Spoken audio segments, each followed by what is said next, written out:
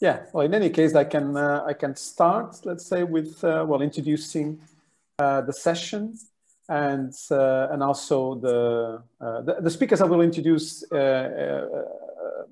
one at a time, let's say, before the presentation.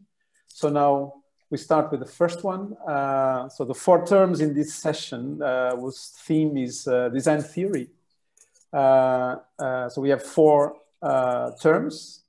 Tavnit, which is Hebrew. So I guess that Yael will then, let's say, well, tell us what is this about and translate it, or at least help us also knowing a little bit more of Hebrew. Then we move on with open building with the presentation by Iñigo, Cornago, Bonal, and Dirk van der Heuvel. Then we'll have, it will be followed by the term preservation, discussed by Sandra Parvu. And we will end up our session with the term, talking about the term flexibility, with the presentation by Savia, Palate. So the first term, Tavnit, we look forward to know what this is about. It's going to be by Yael. Of course, everybody knows Yael already at this point. But nevertheless, I will introduce Yael to the attendants. That's it. So Yael is an architect and assistant professor in the Faculty of Architecture and Town Planning at Technion, Israel, where she heads the Housing Lab, History and Future of Living. Yael completed her PhD in architecture history at UC Berkeley, exploring the history of Israel-Palestine as a history of the gain and loss of citizen housing. Her research was published in the monograph Homeland, Zionism as a Housing Regime, 1860-2011, which was published by Routledge in 2017, but also journal articles in Urban Studies, Footprint, Acme, City, and many others. So Yael is also co-chair of the DocuMomo Israel, and her research was funded by the Fulbright Foundation, Graham Foundation, Israel Science Foundation, the Israel Institute of Advanced Studies, and Israeli Ministry of Housing. And of course, as we know all now, Yael is the key person behind this conference, and indeed, ultimately, the reason why we are here today all together. So Yael, you will, so the screen is yours, and we follow the customary protocol at this point. So watching your video presentation, and then we will follow by 15 minutes of discussion. And at the end, we adjourn, let's say, for the plenary debate. Okay, so first of all, thank you, Nelson, for this warm introduction. So here's the video. Good morning. Just a second. I need to probably. I made a sharing problem by not clicking share computer sound. Yes, please. Sorry. Okay. And Allweil, I'd like to thank all of you for joining this session. To thank Nelson for chairing this session, and to say that I'm really happy to be here today and to share the issues of design theory with Iñigo, Dirk, Sandra, and Savia. Let me share my screen with you.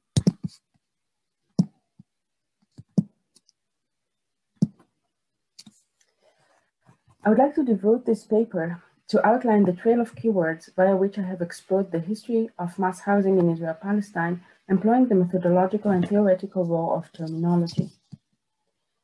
Terminology, defining what we are talking about, is essential in the process of re-theorizing what seems to be a well-established, even sealed off, historical narrative, especially when addressing the multifaceted and multi-context phenomenon of mass housing. My historical work used the term homeland to propose a history of Israel-Palestine as a housing enterprise in a long ongoing history of gain and loss of individual and national home. The term homeland points to housing as the key strategy and raison d'etre of Zionism over 3 distinct historical periods: pre-state accumulation of future citizens, state period consolidation, and post-67 expansion beyond state borders. Homeland has served me in identifying the deep relationship between individual and collective national home and the decisive role of nationalism in consolidating the global phenomenon of mass housing, even prior to state mechanisms and after their privatization. Architecture held a seat at the table in the Homeland enterprise, as discussed by Sandra Parvu for the case of French post-war mass housing, yet in a longer historical sequence. In this sense, housing has shaped the modern profession in Israel-Palestine, producing a two-way, impactful relationship between modern architecture and the Homeland enterprise. Yet when we examine dwelling architecture in Israel-Palestine, starting with early pre-state architecture of the 1910s and 1920s, we see quite a puzzling phenomenon of architecture culture. Meager, basic housing, all designed by professional architects with proven expertise in modern design. The archives propose extensive, long, often heated design efforts dedicated to these basic structures. Three iconic examples include the kibbutz, the Hebrew city, and the National Master Plan. In Achuzat Bayit, the residential neighborhood that framed the spatial, organizational, and economic principles of Hebrew urbanism, both neighborhood layout and all residential buildings were designed by professionals involving a competition and public participation, revolving heated debates on the design process and the values imbued in the speciality and formal language of each proposal. The city's extension master plan was commissioned from Sir Patrick Geddes with similar stakes. In Kibbutz Bet Alpha, where radically communal kibbutz spatial arrangement, layout, and key institutions like the Children's House were established, all decisions were understood and debated as spatial ones, revolving a professional battle between the landowner's architect Richard Kaufmann, trained in Munich and student of Theodor Fischer, and the commune's architect Leopold Krakauer, trained in Vienna and friend of Lotz. In the state period, it was mass housing in new towns, rather than institutional buildings, that were the chief endeavor for Israeli architects, with massive projects which were widely circulated among the international professional community. Much of this architecture, however, was quite basic in terms of detailing, cost, construction technology, or other qualitative criteria applied to value in architecture. Of course, some grand residential architecture was designed as well, highly researched and currently preserved and celebrated, that it did not generally apply to housing for the masses. Why? Seeking to understand this impactful relationship, I sidetracked to exploring the mutual impact that mass housing and the modern discipline of architecture pose for one another, employing the term impact. Examining the architectural history of modern mass housing in the interwar period in the 20s and 30s, I point to mass housing as a modern design problem and to the development of modern design methods to address this design challenge. Mass housing, a design challenge quite different from the villa or the courthouse, modernized design disciplines, introducing rigor, disassembly, reassembly, seriality and replication, and democratic design practices. In a different paper, I show that these methods are bases of the consolidation of a modern profession in architecture, marking mass housing cardinal for our disciplinary history and theory. John Turner has famously addressed the etymology of housing, discussing the tension between housing as a noun and housing as a verb, and in a sense anticipating the disciplinary tension between policy and design in mass housing. Turner's etymological analysis, as well as Rappaport's alternative theory for house form, open up discussion of the actors involved in housing as both verb and noun, including policymakers, economists, designers, architects, dwellers, standard setters, to which I would add politicians along the national or other political enterprises. When housing is on the table, so to speak, the following actors have a seat at the table. The Homeland enterprise needed professional form givers experienced in shaping spaces for a new society, the modernist architect. Professional architecture held a decisive role at the table due to its disciplinary capacity to give form to mass housing, the object revolving which Homeland enterprise materialized itself. For the iconic project of Zionism, while distinct ideologically from one another being socialist, capitalist, or statist, architecture played a decisive role. Zionist society, in all its fractions, seemed to take as a given that architecture was relevant and cardinal for the cultural, political, and economic project of homeland. Namely, Zionists have not doubted the significance of architecture as a necessary discipline around the table, perhaps due to their analysis of the Jewish problem as one of lacking physical vessel for Jewish culture and life. I therefore propose the term Tavnit, Hebrew for mold, the instrument that gives shape to materials such as concrete, to reimagine the homeland table as a mold and interrogate what shapes it. Embarking from Turner's etymological analysis and identification of actors involved in housing, and Parvu's discussion of architecture sit at the table, I suggest a small change to the schema. Rather than identifying actors with the nodes of the polygon, I suggest the actors or disciplines as its sides. Modern architecture as one of the sides composing the homeland mass housing polygon Tavnit. This small change is a move from etymology to terminology. If one removes a node, the polygon changes while keeping intact. Whereas what happens if one removes a side? What happens when the architecture side of the polygon is no longer there?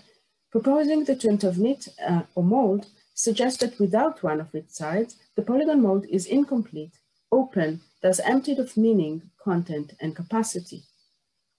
Indeed, the Israeli homeland case poses this question clearly. Israeli architecture culture was largely shaped by its role at the homeland table.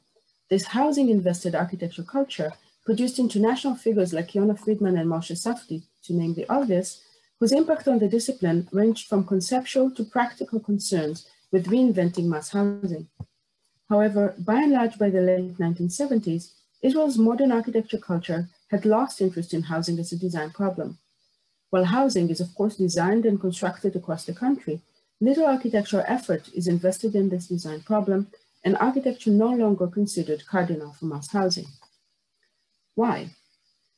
While specifically researching the Israeli homeland enterprise, this research question is highly relevant beyond Israel, as many national architecture cultures have lost interest in mass housing by the early 80s. It is therefore both a case study research question and a question revolving the history and theory of our discipline. Therefore, my terminological search for the right term by which to conceptualize this break-off initially led me to seek a universal term. This term is experiment.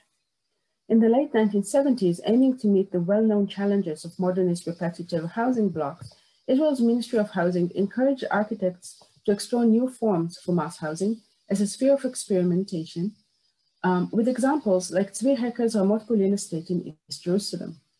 I therefore examined architecture culture's turn to experimentation using the term experiment to map the exploratory opportunity that housing posed for reshaping the architectural profession and human habitats in the Israeli context of homeland. Tzvi Hecker's Ramot Polin estate is often read as the pivotal case where Israeli architects were inspired by speculative paper architecture and Peter Cook's statement that experiment was inevitable, willing to accept design failure at the expense of dwellers, in a process that eventually broke off the relationship of impact between modern architecture and mass housing. Ramot Polin is the Israeli equivalent of Poet Iñigo, the example for mass housing failure by design. The estate was declared a failure to accommodate the ultra-Orthodox community housed there, and signals the consequent end to grand housing estates funded by the Ministry of Housing. Interestingly, when examining the data and presenting it to my research group members, experiment appeared to be an inaccurate representation of the design processes at hand. As Abigail Sachs has shown in her study of the introduction of scientific methods into architecture, experiment is a frame of mind by which trial allows for error. In experimentation, success and failure are equally acceptable and are often as productive in the process of scientific inquiry. However, in a homeland enterprise, where the national raison d'etre depends on the ethos of housing, failure cannot be an acceptable outcome. So, was Polin an example for divergent from the homeland enterprise, a break from Israeli architecture culture's aim to impact society by providing a side to the homeland Tavnit? the archives show that this was hardly the case. Architects like Tzvi Hecker participated in the homeland enterprise of annexing East Jerusalem via large housing estates for Israeli citizens beyond the Green Line, as you can see here in model and aerial.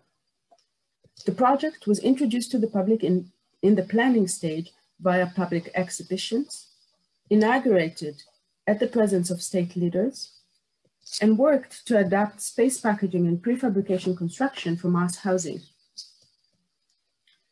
Moreover, the estate is in fact thriving. Residents like it and have adapted it to their uses over time, enabled by the city of Jerusalem due to its failure status. It is in fact in line with 1970s ideas of flexible architecture in the spirit of Lamem. I suggested Pauline Hecker worked in the tradition of the Israeli homeland enterprise throughout its history. It was not experimental since failure was explicitly unacceptable. Its dire consequences would mean the failure to produce the national home enterprise, the failure to accumulate future citizens, the failure to serve as a collective national home, and the failure to expand. In other words, I needed a local term in order to distinguish experimental as a scientific search for the unknown from the enterprise of experimental mass housing, which were not intended to question the very idea of the mass housing enterprise. In fact, I argue that the use of experimental articulated and interpreted the project wrongly, thus in fact led to its end. Using the local term Tavnit, I therefore try to unpack 1970s architecture of mass housing, labeled experimental, using the local case study of Israel in order to argue regarding the essence of the experiment to evolve form giving, namely in continuation of mass housing as a design problem. As we all know, the lost significance of architectural design methods in forming or molding mass housing, or in producing Tavnit, is discussed in the historiography as the result of state mechanism privatization and creeping late capitalism to the consolidation of neoliberalism. Using terminology, I argue that this is in fact a problem of conceptualizing and terming the role of design. Contemporarily, in Israel, as in other countries, like Spain, the Netherlands, or Denmark, neoliberal developments start seeking architectural design as the edge in large urban housing developments in cities where land exploitation in prime areas is exhausted. In the Tel Aviv metropolitan area, where housing is increasingly out of reach for the masses, well-designed developments on problematic sites serve as an entry for urban dwelling. These sites pose architects with the challenge of developing new design methods that apply principles of urban density, unit versatility and diversity, wrapping facades, and community building space considerations, as shown in a paper recently published. One is reminded that the role played by modern architecture in giving form to workers' collective housing estates starting the 1920s had a similar role of maximizing the spatial qualities of dense, peripheral, cheaply constructed housing for the masses. Tavnit points to the role of design and to the methods by which design is applied to the changing frameworks producing mass housing. Using terminology has been a key methodological tool in conceptualizing the nature of the impactful relationship between modern architecture and the Israeli homeland enterprise as a case study for the history of the relationship between mass housing and architecture. I would like to argue that the persistent housing crisis we are witnessing involves changes to the Tavnit of mass housing, requiring retheorization of the architecture side of the mold and rearticulation of the design methods for housing in the neoliberal contemporary. Thank you.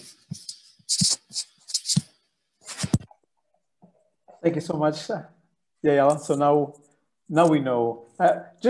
Maybe before we move on with some questions, because you translate Tavnit as mold, but can also be, for instance, formwork is also possible there, because formwork is what it's usually seen as the mold for concrete pouring and all that. Just maybe a very straightforward question, or is that some specific about translating as mold and not as formwork?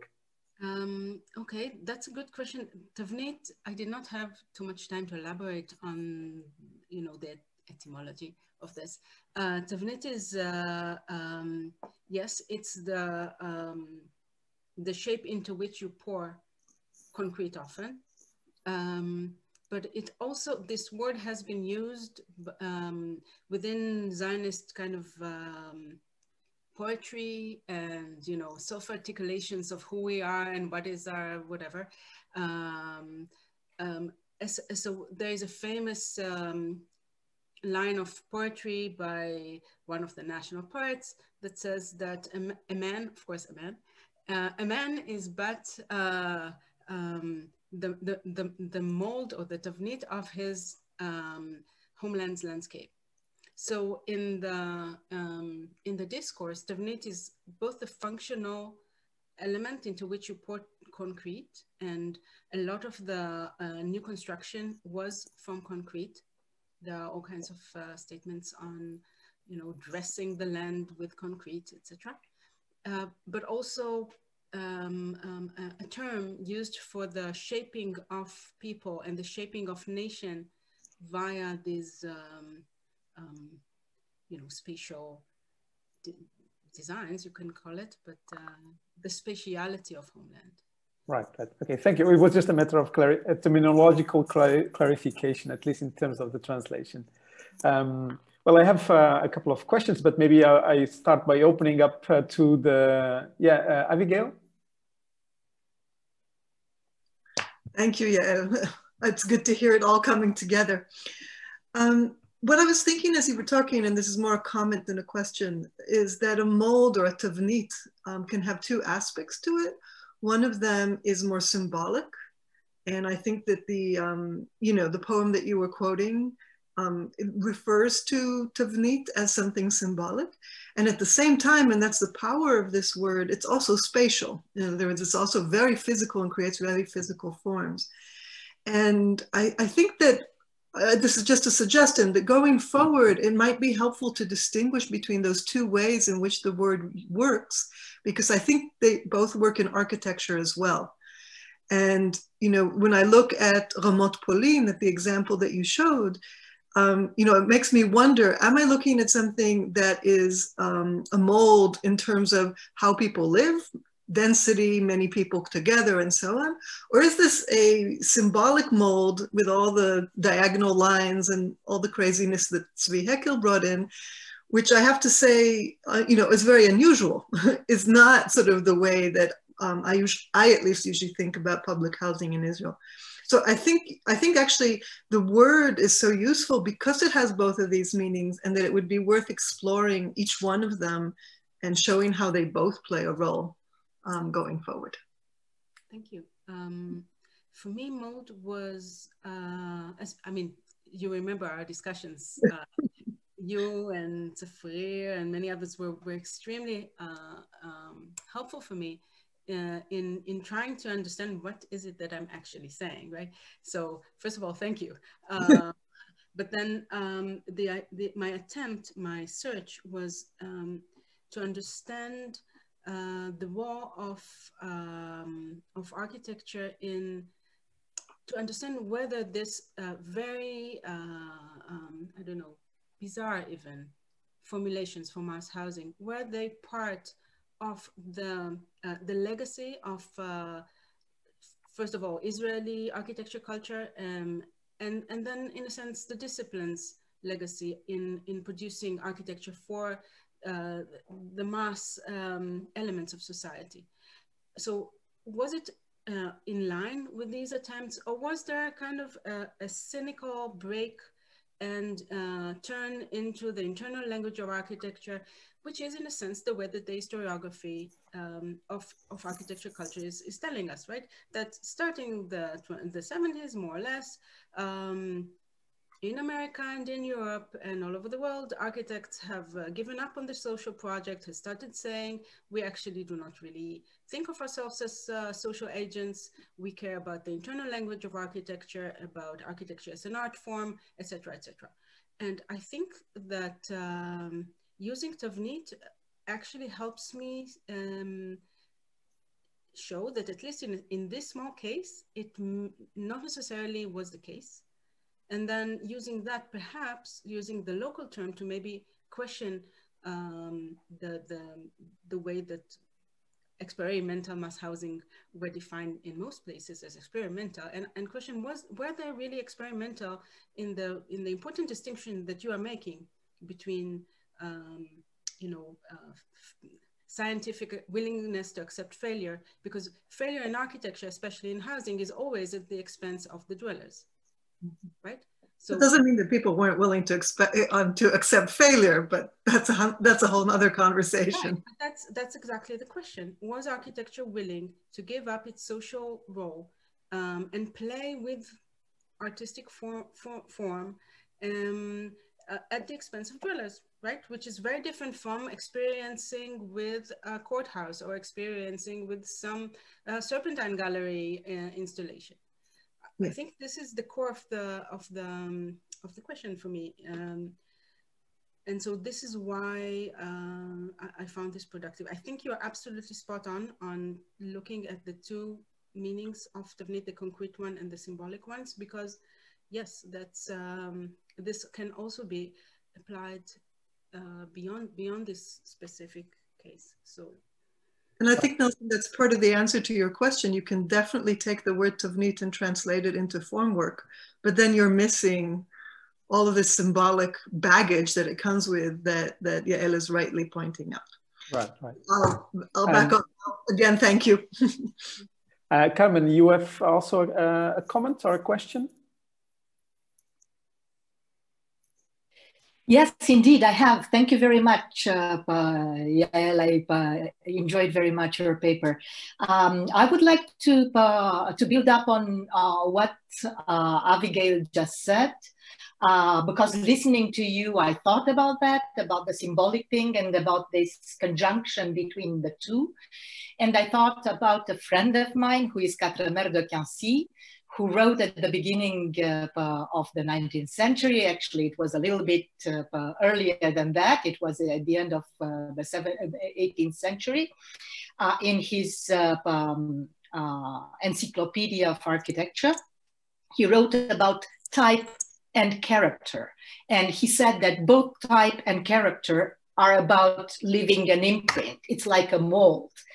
And what is interesting, because I don't want to develop here the thing, given the fact that the topic is totally different, what is interesting is that he related both of them, especially the notion of type, with the term of cabin, la cabane. So it's really like the basic structure that you showed in the very beginning. So there is this way of exploring the essence of architecture that actually you did in your paper. So yeah, yet another reason to enjoy it. I thought you would be arguing with me actually, because in a sense, your paper and your paper, I was chairing the session in which Carmen was presenting her paper on transgression and proposing that an architecture, the rule of architecture is breaking the rule, and that in a sense, form giving is not necessarily part of it, but anyway. Well, I didn't argue at all. I mean, I don't think that architecture should do this or that. I'm a historian, and being a historian, it's such a comfortable position because you look at things happening in front of you. You can be critical of them, but you shouldn't be prescriptive. Maybe in our exchange during the preparation of this presentation, I also singled out how we were missing experimentation as one of the words, and of course, since you addressed it, I was wondering whether this could be also brought to the fore. And you mentioned that but the problem with experimentation is it indeed, let's say, admits failure, and actual failure is part of the project, and this was something that was not part of the Homeland Zionist project.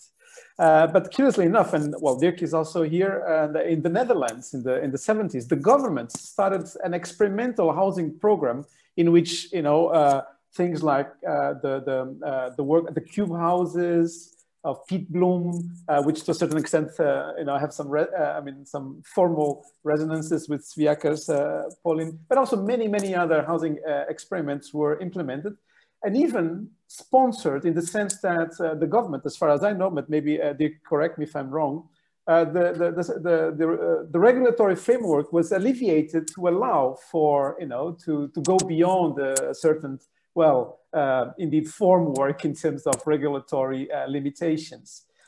But I wonder whether, let's say in that case, for them, failing was an option, or whether it was just, indeed also part of the process and actually seen as an asset for the project. And why were you so blunt in saying that experimentation was, not a possibility for the Zionist homeland program? Okay, thank you. I think this is an important question. I'm trying to distinguish experiment from experimental, in a sense, because experimental mass housing is the way that these types of housing were labeled.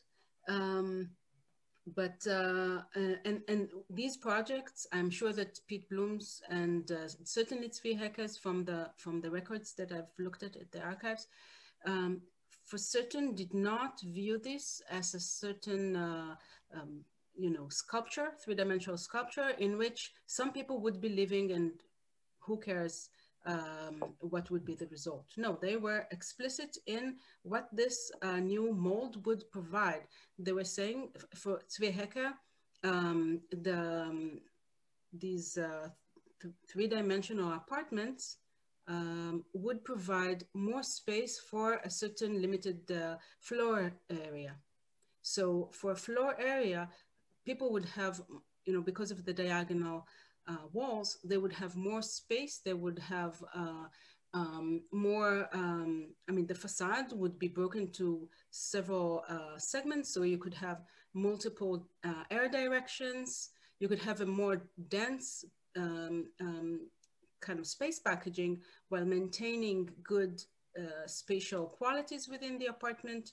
The cost was supposed to be reduced because of this. In the end, it wasn't, but at least the attempt was to produce better economic model for producing apartments. It was very utilitarian in the sense that this is why I define it as experimental mass housing, and try to distinguish this project that did not question whether mass housing was an avenue for architecture and an important cause for architects, from experiment as the scientific way we understand it. And I think it is important because at this time period, ideas of scientific methods came into our discipline, and for these scientific methods,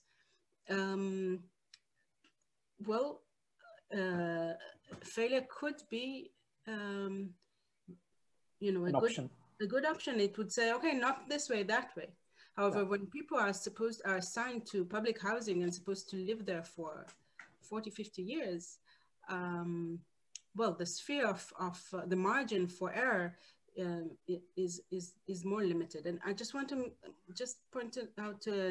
So these experimentations funded by the Ministry of Housing were taking into account some limitations in block mass housing, which are very well known.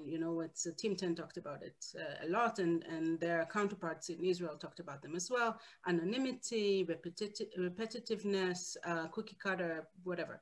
And so these were attempts to produce mass housing that would have be easily recognizable, would be identified with a certain community, and all of that. Of course, assuming that this would improve the built environment of housing compared to the mega blocks. Right. I think, Dirk, you want to quickly connect with or say something about the Dutch program, right? Yes, since you invited me more or less to do so. No, well, very nice to see everybody on the screen here. Now, the notion of experiment is indeed very intriguing and interesting. And just a few things to mention here. The Dutch program was a way of organizing, you could say, institutional critique on the system of housing in the welfare states. Because the market and the big construction companies have become quite dominant. And also the welfare state itself with its, let's say, the molds of the standard typologies was also quite restrictive. And there is a sort of connection to the Team 10 discourse, since someone like Hans Hoven Schreeve, a sociologist who was also a signatory to the Team 10 manifesto, the Doorn Manifesto, was the civil servant behind this program, actually. And it did bring a lot of innovation, but in a very small scale way. So think of the Piet Blom Kasbah housing, for instance. Notions of diversity and different ways of thinking and organizing collectivity were very important. But even those small-scale projects were enough to indeed trigger a conversation in the field, in the professional field, and with the public on what is desirable in housing and in cities. I don't know if it was really related to a national program as strong as it was in the case in Israel. But the one thing I would like to point out is because I was struck by how you integrated Iñigo in your presentation. And when thinking about this term of the experimental, I don't think Iñigo fits with that, because it's such a tainted history, and how housing is racialized in this case in the American context. I know too little about it, how it actually fits the policies in America of that period in the 60s, where you have the racialized segregation politics. So I would be very hesitant to put that project in terms of error and trial and error there. I understand it's a strong image still that dominates our discourse, of course, but I would like to nuance it a little bit. Yeah. Thank you. Yes, well, Iñigo also wanted to add. I mean, if it's something really quick, maybe that's fine. I don't know. Yael, would you like to sort of? I think, Dirk, you are right about Iñigo. I'm referring to in a sense, more than I'm referring to Iñigo per se, I'm referring to the myth of Iñigo. So this piece of literature that kind of argued that, with this argument, was design at blame for the failure versus planning policy and racial segregation. So this was why, but you're right, I will take it into account. So as you can see, I think there was also Iñigo and Sharon, but in the interest of time, because now we are, it's always sad to cut a nice discussion short, but we also have the final round where maybe we can relate all this, which actually it's quite nice. That's actually what Iñigo was suggesting, that this is connected with the presentation. But then maybe I suggest we move to their presentation and then we keep these questions for the final discussion. Is that okay? Of course.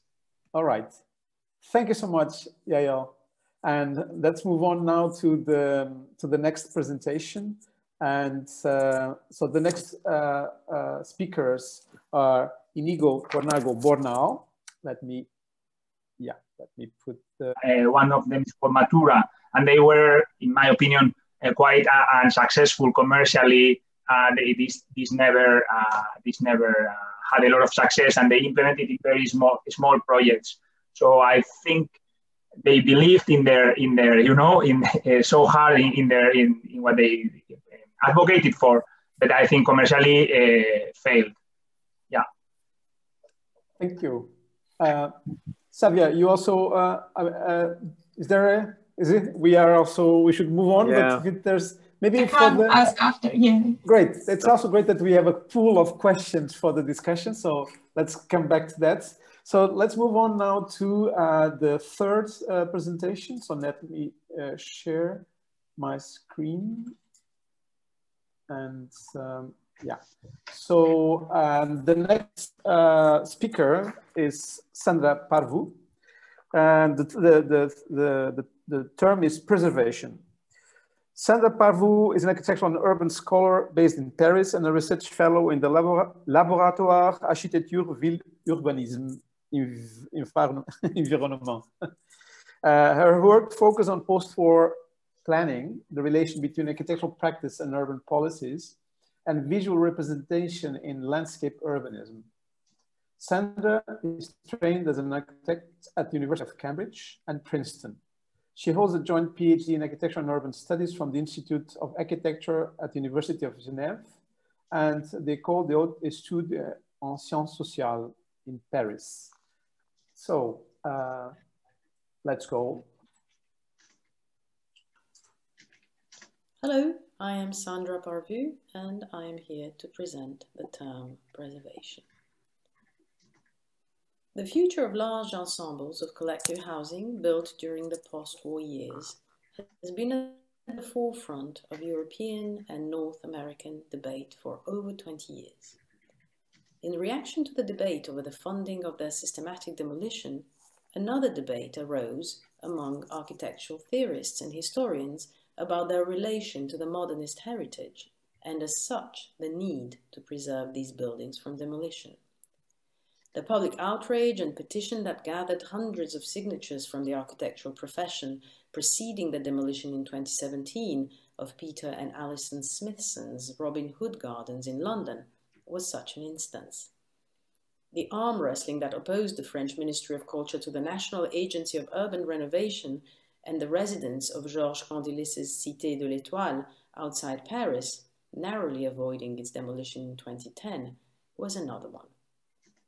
If at the end of the 20th century, post-war collective housing was considered to be ordinary and devoid of any value, recent disputes, renovation projects, and publications have raised awareness of its architectural significance. The purpose of my paper is to start delineating with a few examples taking place in France the questions, issues, and paradoxes created by this new point of view on housing. The most widely shared problem with regard to housing preservation stems from the simple fact that, contrarily to most monuments, lots of different people still live in it. Thus emerges the conflict among respected architects and historians regarding what should be preserved: the age value, in other words, the lives of its residents, the historic value of the building, or its use value. The first one was addressed by a French sociologist who pointed in an early book on the possibility of preserving French grands ensembles, its underlying paradox. In terms of architectural heritage, he says, at least in France, heritage building values usually reflect the position and social recognition of their architects, residents, or owners. When it comes to public housing, the absence of heritage value is determined by the social depreciation of the people who inhabit them. End quote. To a certain extent, to preserve a building, one must value not only the work of the architects who have conceived it, but also the lives spent in it. A more recent study in Beaulieu, a project in Saint-Étienne built in the 50s by architects Henri and Yves Guyon, puts forth the divide between local officials who want to preserve the building by reviving a nostalgic view of the 50s, and residents for whom the preservation of the building should also include the multiple narratives of those who have lived in it. The erasure of the residents' memory in order to return the building to its initial design is for them as unsatisfactory as its demolition. Because of the political history of collective housing in France, preservation, understood as something inclusive of the people who have lived in the building, does almost never occur. The second position is closer to a traditional take on heritage. It puts forth the history of the building, the importance of the architect's initial intention, its facade, appearance, and when possible, its internal organization and construction details. The renovation of an ensemble designed by Marcel Lotz in Fontainebleau and renovated by Paris-based architects Eliette and Lehmann, illustrates this approach. The hand-embedded flintstone facade has been carefully cleaned and the thermal insulation added to comply with new environmental legislation put on the inside. The ground floor has been entirely gutted and entrance to the building redesigned. But the architects insisted on preserving all aspects of the building image and spaces that was representative of Marcel Lotz's design. The last position is embodied by the discourse developed by French architects Drouot, Lacaton, and Vassal, who unsettled the tenets of historical preservation by asking whether buildings should be kept because of their architectural quality and design or because of their capacity to be transformed. I quote Frédéric Drouot, "Any area of built floor is potentially capable of being reused. To what degree can we consider its capacity in order to make the most of it? It seems vital to us to examine heritage in relation to its use value above all. The notion of preservation is contextual and evolving," end quote. And there's another quote by Jean-Philippe Vassal, his collaborator and associate. "The ministry mustn't restrict its contribution only to a regarding the preservation of buildings by famous architects, such as Jean Renaudy, Fernand Pouillon, or Jean Dubuisson. What's in play is political as well as cultural, and this concerns both the ministry and the architectural profession the ministry represents," end quote. Drouot, Lacaton, and Vassal have tested their discourse on different sites. Tour du Bois-le-Prêtre in Paris, La Chênaie in Saint-Nazaire, Quartier du Grand Parc in Bordeaux.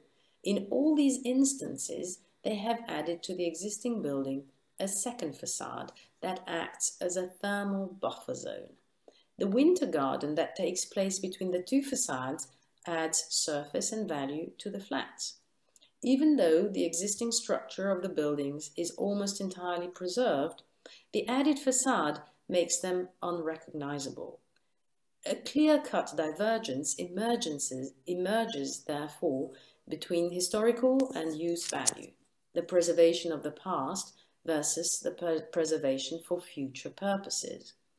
One may argue that architecturally significant buildings should be protected for their historical value, and those that have none should be preserved for their use value and transformed to accommodate that even more. However, in concrete terms, one problem faced by housing preservation is where to set the boundary distinguishing what are and what are not architecturally significant buildings. For instance, Lacaton and Vassal's widely publicized renovation of the Tour du Bois-le-Prêtre in Paris, originally designed by Raymond Lopez, was praised, but also attacked by critiques who considered Raymond Lopez's tower to have an architectural value in the first place. And thus it could have been kept as such and given a more respectful, from a historical point of view, renovation. I would like to focus the second part of my talk on a case that exposes in more details the problems rising from this rift in the preservationist approach to housing. After many years dedicated to the development of building prototypes, Marcel Lotz and his partners, Paul Dupont and Henri Beauclerc, consider the process to be sufficiently advanced for its implementation in an actual project. They build in Rouen a 500 housing units grouped into 25 four-story units.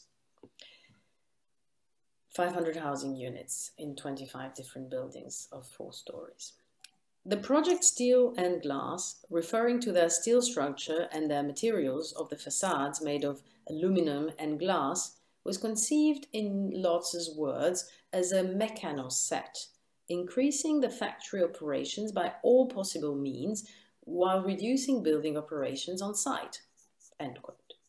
Today, all blocks but 3 have been demolished. All blocks but 3 have been demolished. One block is listed as a historical monument in 2010 and is inhabited by only one person, a retired architect. Here's the debate that unfolded around the successive demolitions.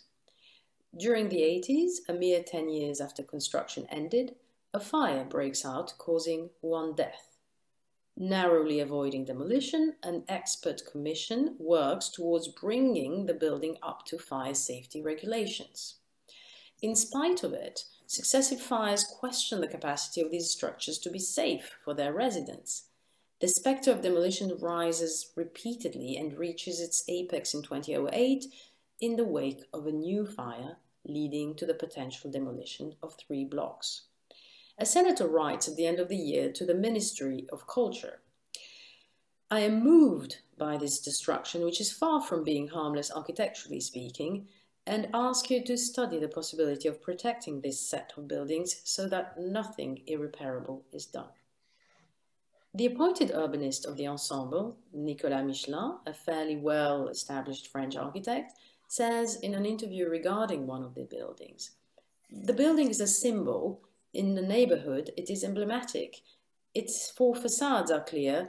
It is in front of the bus stop, Théor, next to the place where one had to create a place whose name was going to be Marcel Lotz." The Minister of Culture replies in February 2009, "Due to the architectural interest of this ensemble for 20th century history, I asked the prefect of the Haute-Normandie region to initiate a procedure of protection under the Historic Monuments Law. In the immediate future, as an emergency measure, I decide to place these buildings under the protective authority of historical monuments." Many architects, some local politicians, the Ministry of Culture and academic research agree that the building has an architectural interest, but none get into the specifics of what the protection of this kind of building entails in order to safeguard this interest while at the same time provide a reassuring living environment for its residents. On the opposite side, some politicians, some residents, and a commission of experts, including structural engineers and firemen, voice their opinion that nothing can be done to bring the buildings to contemporary fire safety standards. In the wake of 2 new deadly fires, a member of the City Council writes in 2011, "Each time dozens of rescued residents find themselves on the street. The protection of these buildings in 2009, decreed by the Minister of Culture to urgently counter a request for partial demolition, and the architectural award received in 1976, justify that their originality comes before the lives of today's modest residents of these dwellings, neglected very quickly by an easier class aware of the danger? Should a historic monument be preserved at the cost of loss of life? Is the return on investment by a donor a priority for human safety? These are the real questions that must be asked. The trauma we have seen among the occupants of these buildings is very revealing of what has been going on for years as witnesses of the low value that officials place on their lives. We are wholeheartedly with them, and we hope that all the occupants of the 24 buildings which will be relocated as quickly possible.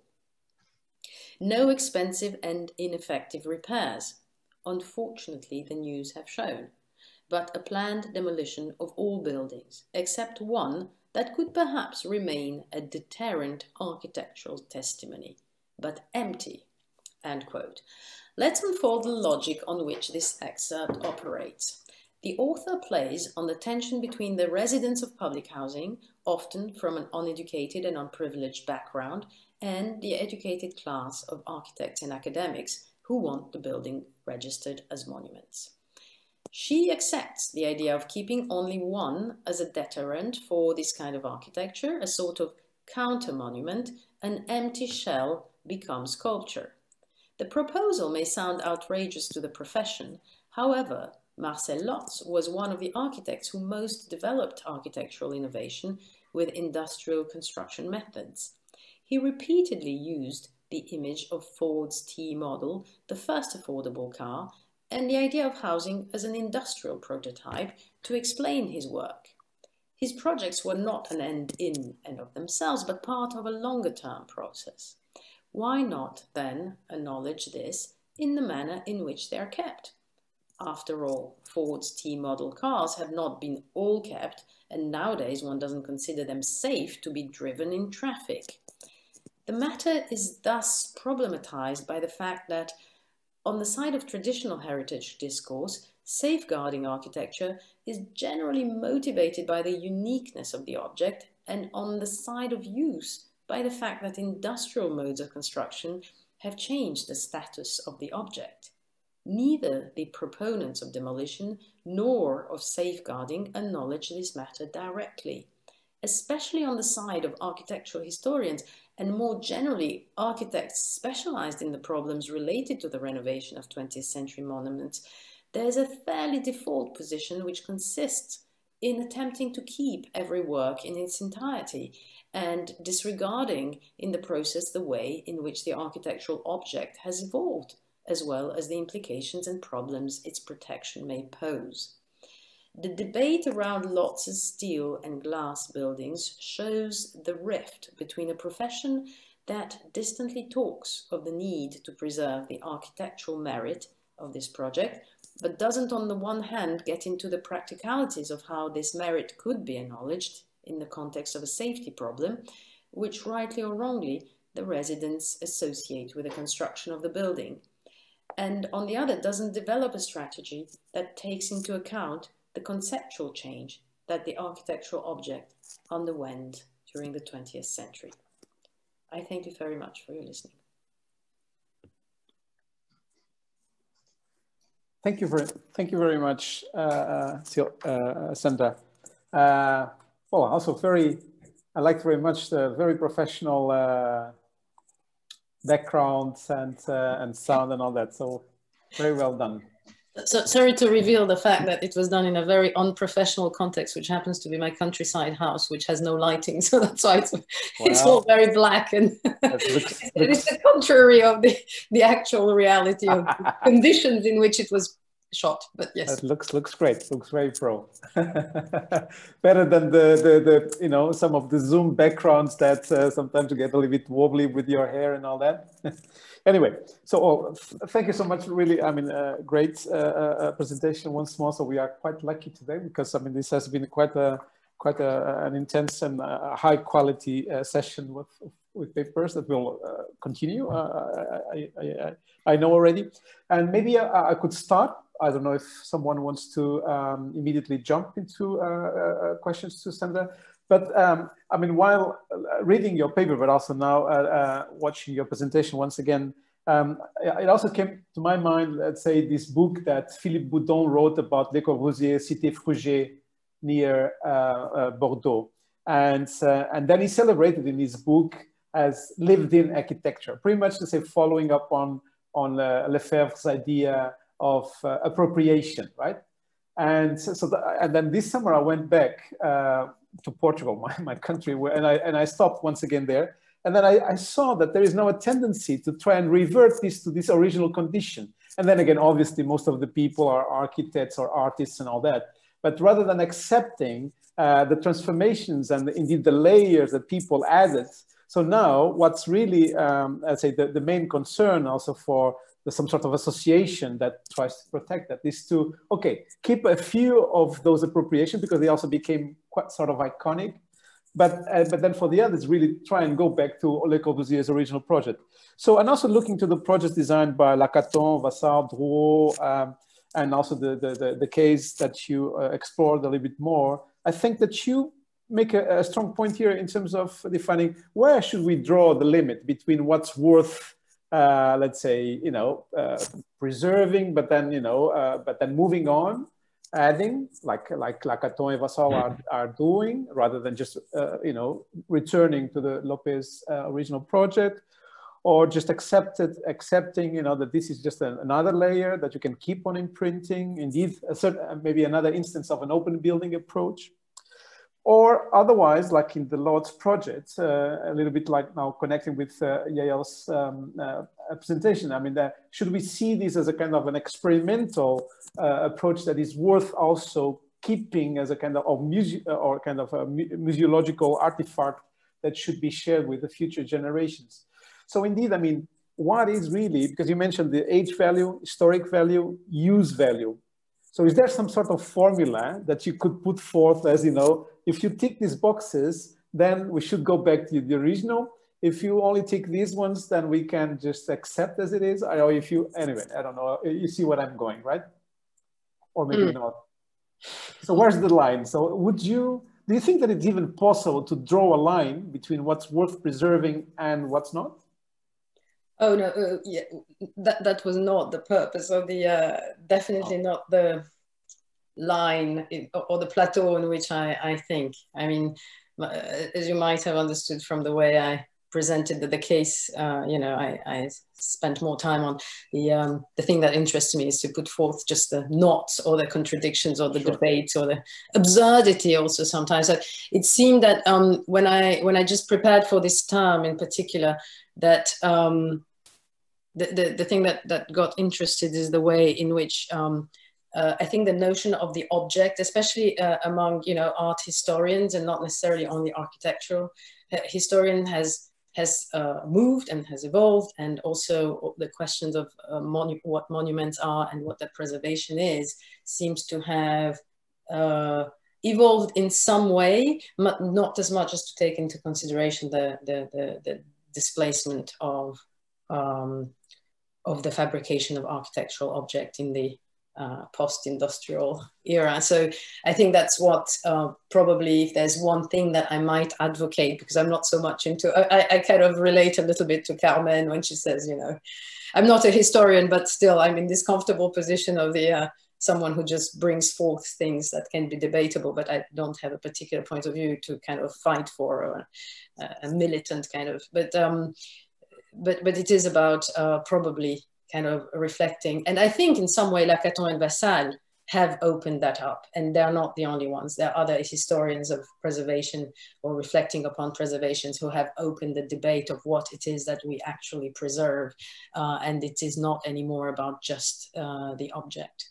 Because the interesting thing, and then I will pass it on to Carmen, and well, also because the interesting thing about these projects with Lacaton and Vassal is that they themselves now are star architects. So to a certain extent, I mean, having a building with an addition by Lacaton and Vassal, so it's like adding value, but not only use value, but also some sort of architectural, of course, exactly, yeah.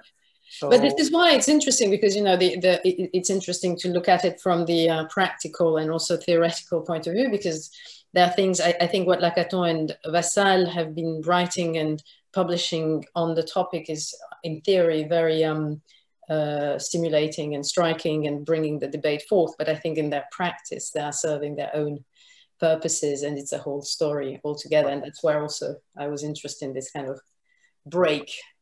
Yes. Yeah. Yeah, thank you. Carmen.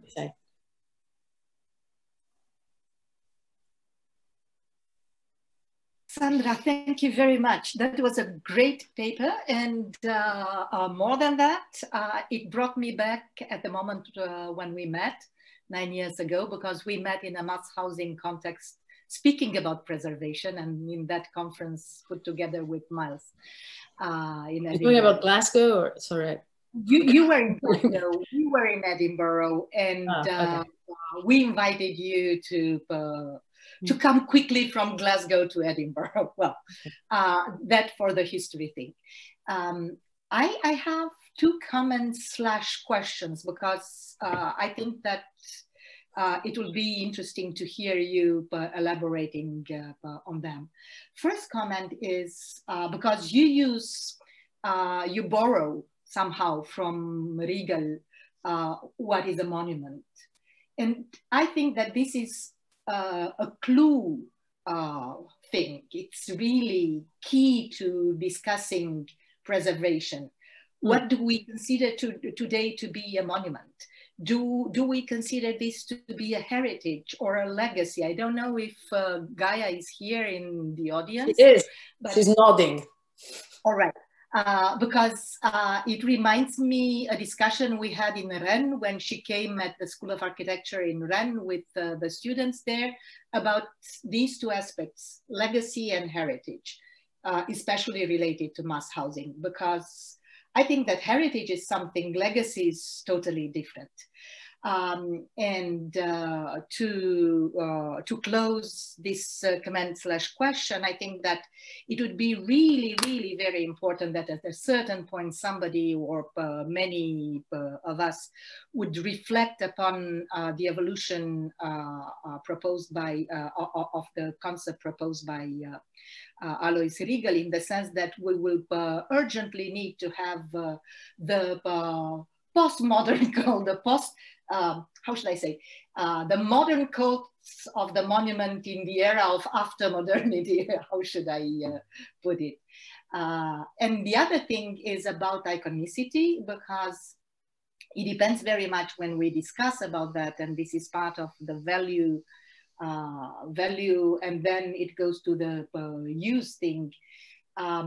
Because it reminded me not only the case of what is that, of Unité d'Habitation de Le Corbusier, because this was a process that happened quite recently, the fact that Unité d'Habitation all of a sudden became this place where everybody wants to live, with the exception of the target population that was before. And you go there and you meet only very posh creators and artists and whatever, who have their little or bigger apartment. This reminded me something different, namely the few, how should I call them? Experimental, no, the few metal buildings, metal dwellings imagined by Jean Prouvé as shelters after the Second World War in Meudon. So they were specifically meant for people that didn't have a house any longer, for people with no means. And as soon as they were ready, they were considered as being so nice, so effectively working, that they were appropriated by the employees of the Ministry of something, I forgot of what. Employees that were not at all deprived of money resources. So I think that the way things are perceived by architects, by population, it's very important. Did you meet this iconicity thing in your studies? Carmen. I don't know. I think, I mean, the term iconicity, I think, is not, I'm not quite sure the limits of its meaning, but if you give them, if I understand it from your last example, yes, with the Prouvé and Meudon, that's what you mean by it, they become architectural icons. And they became architectural icons while being in their first, yes. not afterwards. Right, right. No, I haven't addressed that extra, it's putting it's at the other end of the spectrum where the architecture is not really, it doesn't have a use value, it becomes immediately kind of a monument, or is that what it is that you're talking about? Gaia, would you like to step in? Still not her. No, you're still muted. No, the microphone is on, but we don't hear you. Okay, so maybe, so Gaia's question will maybe, while she solves her technical problems, maybe she can come back in the But anyway, discussion. Just to answer Carmen, you know, all these things that you bring to the conversation, I think they're very interesting. Then they can be, you know, it would be, I mean, preservation is such a huge term. It could be in terms of the preservation and housing, there would be so many scenarios and kind of streets that one could, through various case studies, reflect upon. And I think two of the things that you said, you know, could be completely integrated into the research. Right, it's a huge topic. And, yeah. Very rich, interesting, intense, whatever. Yael, a final question before we move on.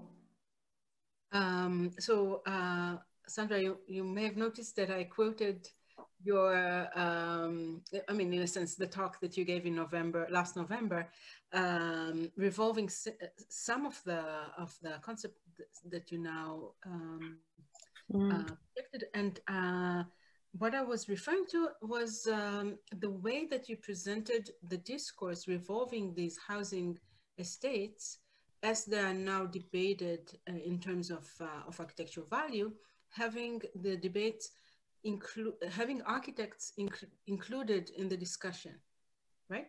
Mm-hmm. And so since we are debating whether to demolish them or not based on an assessment of their architectural value, architects are sitting at the table and in the discussion, and their voices are being heard, right? And so, or at least considered, right? A little bit, yeah.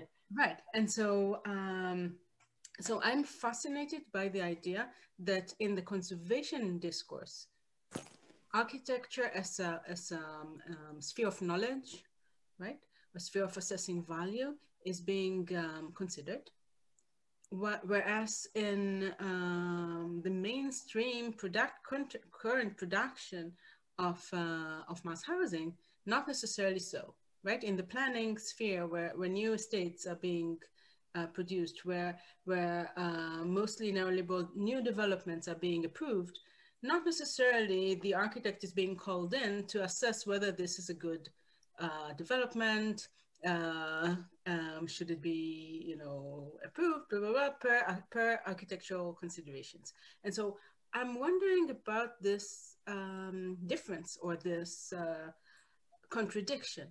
How would you, and can the discourse of preservation help us in kind of articulating a certain merit assessment for the architectural element, the design element, in this kind of production? Yeah, I mean, there might be people around the table, so to speak, that are in a better position to answer than I am, but it's, as far as I know, I mean, one could say what you say, but I'm not sure, you know, like, it's public money. So in France, there are competitions and there are architects building. I mean, establishing their level or quality is, you know, it's a complicated matter, but I would say I wouldn't be able to say, yes, today the level of architectural value in the present construction is not as good as it used to be, because of course, you know, the few cases that I mentioned, the cases that Nelson mentions, the cases that Carmen mentioned,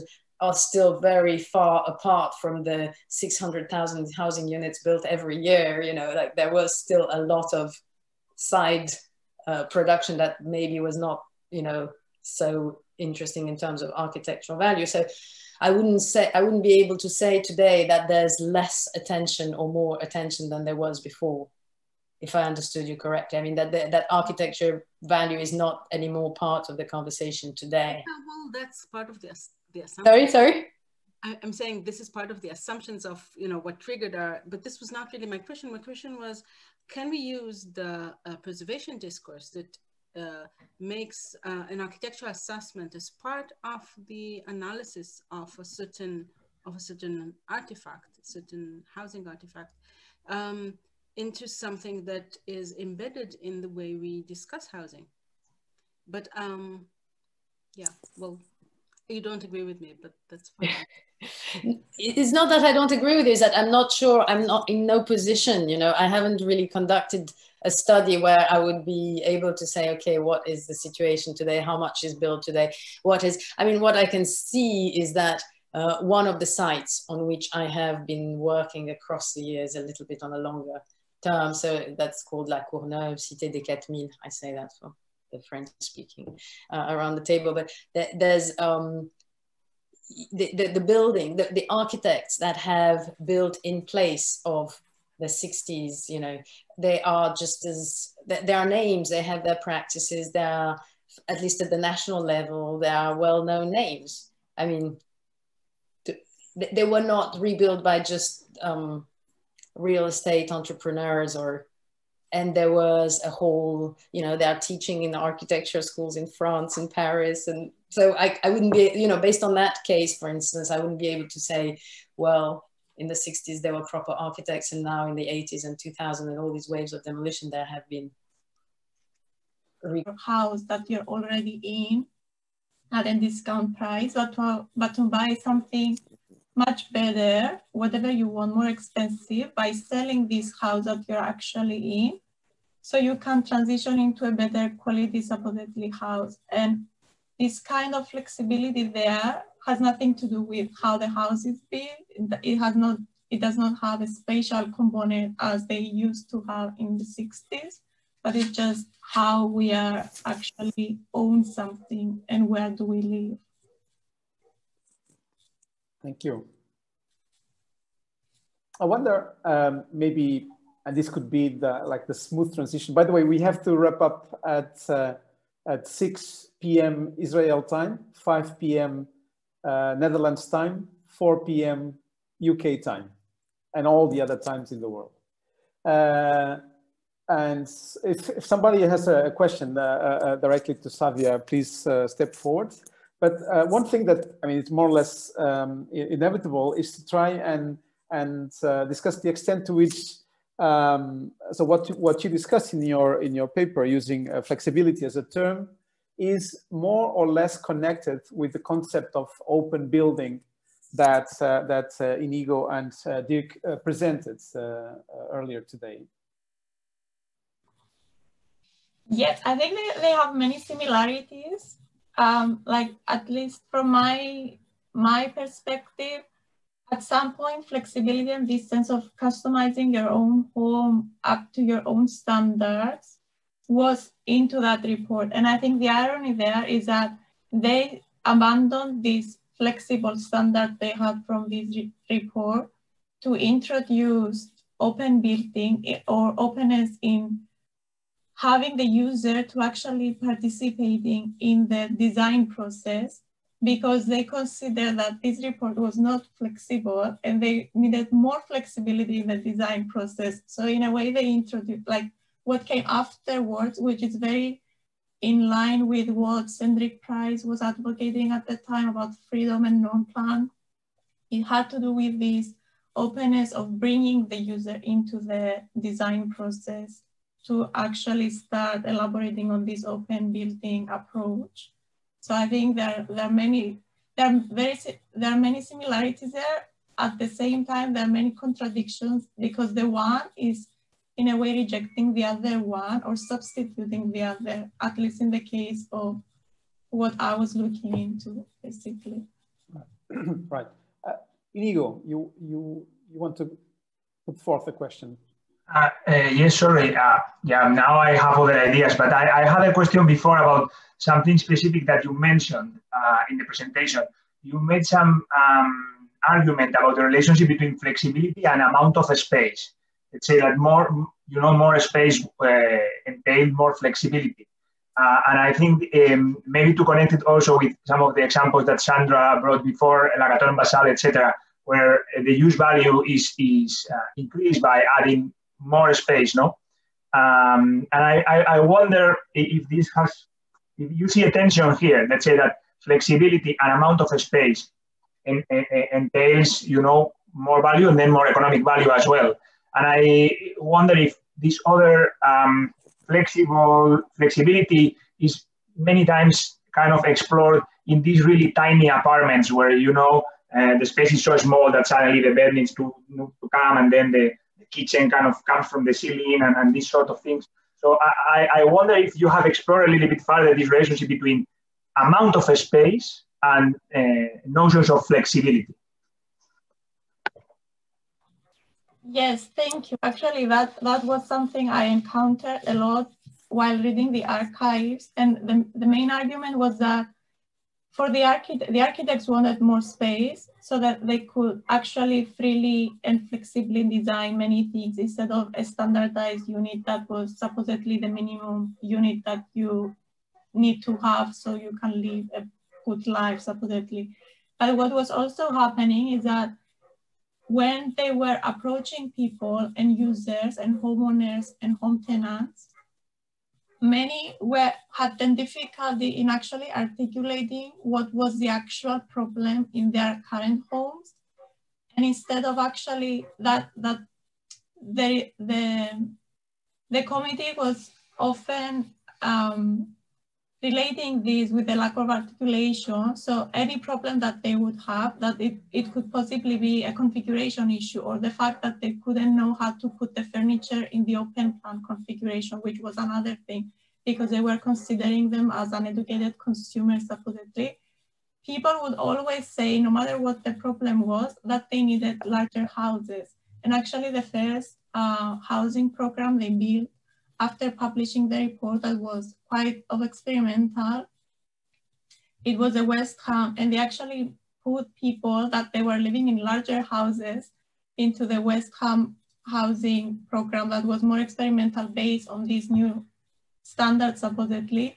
And they again considered that they had issues with the size. So it was quite obvious that not always is the size the issue, but people tend to say that they need larger houses, no matter if they have larger houses.